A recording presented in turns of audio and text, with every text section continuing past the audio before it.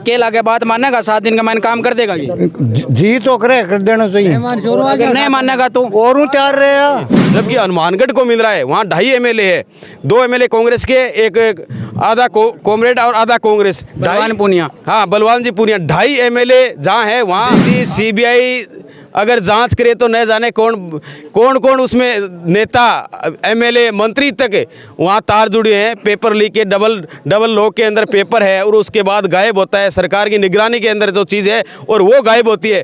और मुख्यमंत्री जी को कहिए कि ये हमारा इस्तीफा पकड़ो, हम किसानों के लिए इस्तीफा दे रहे हैं। थोती घोषणा। और मैं समझता हूँ ये जो कार्यकाल रहा है ये किसानों के, युवाओं के और गरीबों के लिए बड़ा ही विचित्र कार्यकाल रहा है। चूरू जिले के साथ सौतेला व्यवहार हुआ है, कोई सुनने वाला नहीं है। भ्रष्टाचार का अंबार लगा है, हर डिपार्टमेंट में पैसे के बगैर कोई काम नहीं होता। क्योंकि चूरू जिला पिछड़ा हुआ जिला है और यहाँ के किसान गरीब है। यहाँ की जो जमीन है वो हनुमानगढ़ के बजाय कम उपजाऊ है। क्या आपका भी सपना है DU, BHU, JNU या किसी और सेंट्रल यूनिवर्सिटी में जाने का? तो अब आपको इसके लिए CUET एग्जाम क्लियर करना होगा। 12th के परसेंटेज का खौफ अब हुआ खत्म। आज ही ज्वाइन करें सीकर में CUET एग्जाम्स के लिए एकमात्र रेजिडेंशियल संस्थान आयाम करियर अकेडमी। पढ़े उनसे जो खुद पढ़े हैं सेंट्रल यूनिवर्सिटी से। कॉल 7023745264। नमस्कार, मेरा नाम है अभिषेक जाखड़ और आप देख रहे हैं RJ TV 24। इस वक्त हम हैं चूरू जिले के तारानगर विधानसभा क्षेत्र में, जो कि लगभग 50 किलोमीटर दूर। आज यहाँ पे किसानों का महापड़ाव था। भाजपा नेता जो जहांगीर साहब हैं उनके नेतृत्व में। आइए जानते हैं इनसे, राकेश जी से, कि आज जो ये महापड़ाव था किसके कारण था। धन्यवाद अभिषेक जी। ये जो महापड़ाव था किसानों का था। किसानों की मुख्य मांग थी कि चूरू जिले के साथ सौतेला व्यवहार हुआ है। चूरू जिला राजस्थान के अंदर है और हनुमानगढ़ भी राजस्थान के अंदर है। दोनों के अंदर जो क्रॉप कटिंग और सैटेलाइट के आधार पर जिनको बांटा गया है ये सौतेला व्यवहार था।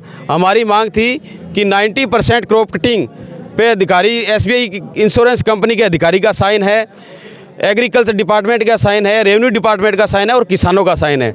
तब आप हमें सैटेलाइट के आधार पर क्यों दे रहे हो? ये निर्णय स्टैक कमेटी ने किया था। स्टैक कमेटी के अंदर जिला कलेक्टर साहब भी प्रतिनिधि होते हैं। उन्होंने सहमति जताई थी कि चूरू जिले को सैटेलाइट के आधार पर बीमा क्लेम दिया जाए, जबकि हनुमानगढ़ को जो बीमा क्लेम दिया गया था वो क्रॉप कटिंग के आधार पर दिया गया था। हमारा मुख्य बिंदु है वो ये है कि चूरू जिले को सैटेलाइट के आधार पर नहीं, क्रॉप कटिंग के आधार पर बीमा क्लेम मिलना चाहिए। क्योंकि चूरू जिला पिछड़ा हुआ जिला है और यहाँ के किसान गरीब है। यहाँ की जो ज़मीन है वो हनुमानगढ़ के बजाय कम उपजाऊ है, इसलिए चूरू जिले को भी क्रॉप कटिंग के आधार पर बीमा मिलना चाहिए। तो हमारी जी ये मांग है, ये स्वीकार की है। SDM साहब ने हमें आश्वस्त किया है कि परियोजना किसानों की लेकर हम तुरंत निस्तारण करेंगे। इस पे हमें पूर्ण हम आश्वस्त है कि आने वाले समय में ये किसानों को फायदा होगा। राकेश जी, आप आज यहाँ पे जो महापड़ाव था इसमें आपका किसानों का मुद्दा था, जो अभी पेपर लीक हो रहे हैं इसका मुद्दा था, तो क्या लगता है आप अभी वार्ता करके भी आए हो? इसमें जैसे किसानों का तो बता दिया, लेकिन अभी जो फसल का जो चल रहा है सीजन, इसमें भी फसलें खराब हुई, इसको लेकर क्या कहा गया प्रशासन की तरफ से? इस पे अभिषेक जी SDM साहब ने कहा मैंने गिरदावरी प्रारंभ कर ली। हमने पहले भी हमारे किसान मोर्चे के मार्फत एक ज्ञापन दिलाया था आज से 5 दिन पूर्व कि तुरंत गिरदावरी होनी चाहिए, तो गिरदावरी प्रारंभ कर ली। और उन्होंने कहा है कि हम हमारी तरफ से उचित रिपोर्ट बनाकर, किसानों के पक्ष की रिपोर्ट बनाकर राज्य सरकार को भेज देंगे और राज्य सरकार को मुआवजा SR फंड से देना पड़ेगा, क्योंकि ये किसानों का हक है और किसान अपना हक लेके रहेंगे। एक चीज़ बताइए राकेश जी, यहाँ के जो विधायक हैं नरेंद्र बुडानिया, अभी विधानसभा सत्र भी चल रहा है, उन्होंने आज तक 4 साल के कार्यकाल में क्या क्या काम करवाया? ऐसा क्या लग रहा है आपको जो किसानों के फायदेमंद हो? अभिषेक जी, थोती घोषणा। और मैं समझता हूँ ये जो कार्यकाल रहा है ये किसानों के, युवाओं के और गरीबों के लिए बड़ा ही विचित्र कार्यकाल रहा है। कोई सुनने वाला नहीं है। भ्रष्टाचार का अंबार लगा है, हर डिपार्टमेंट में पैसे के बगैर कोई काम नहीं होता और लूट मचा रखी है। जो काम किए हैं उनमें मैं समझता हूँ इतना भ्रष्टाचार हुआ है, चाहे कोई भी काम आप उठा के देखोगे। हमने प्रूफ सहित कई बार अधिकारियों को दिया है कि आप 1 रुपया लगा नहीं रहे हो और करोड़ों रुपए का बजट उठा रहे हो। अधिकारी रियलाइज़ किया है खुद ने, हमने प्रूफ सहित उनको बताया है, फिर भी कोई सुनने वाला है नहीं। यहाँ सिर्फ ये बातें करते हैं। अगर असली किसानों के वो शुभचिंतक होते तो ये विधानसभा में उठाते कि चूरू जिले के साथ सौतेला व्यवहार क्यों कर रहे हो। और ये करने वाली सरकार है, भी स्टेक कमेटी है वो सरकार की है, राज्य गवर्नमेंट की है और निर्णय राज्य गवर्नमेंट को करना था।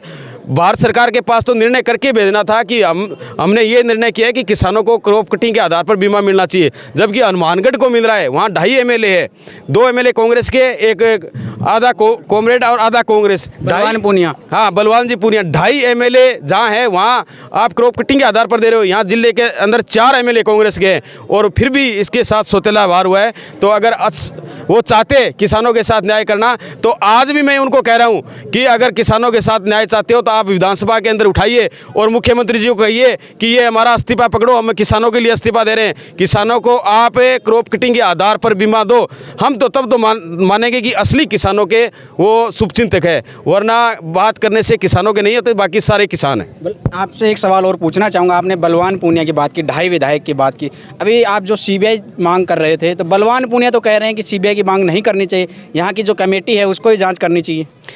अभिषेक जी, CBI अगर जांच करे तो न जाने कौन उसमें नेता, MLA, मंत्री तक वहाँ तार जुड़े हैं। पेपर लीक के डबल लॉक के अंदर पेपर है और उसके बाद गायब होता है। सरकार की निगरानी के अंदर जो चीज़ है और वो गायब होती है।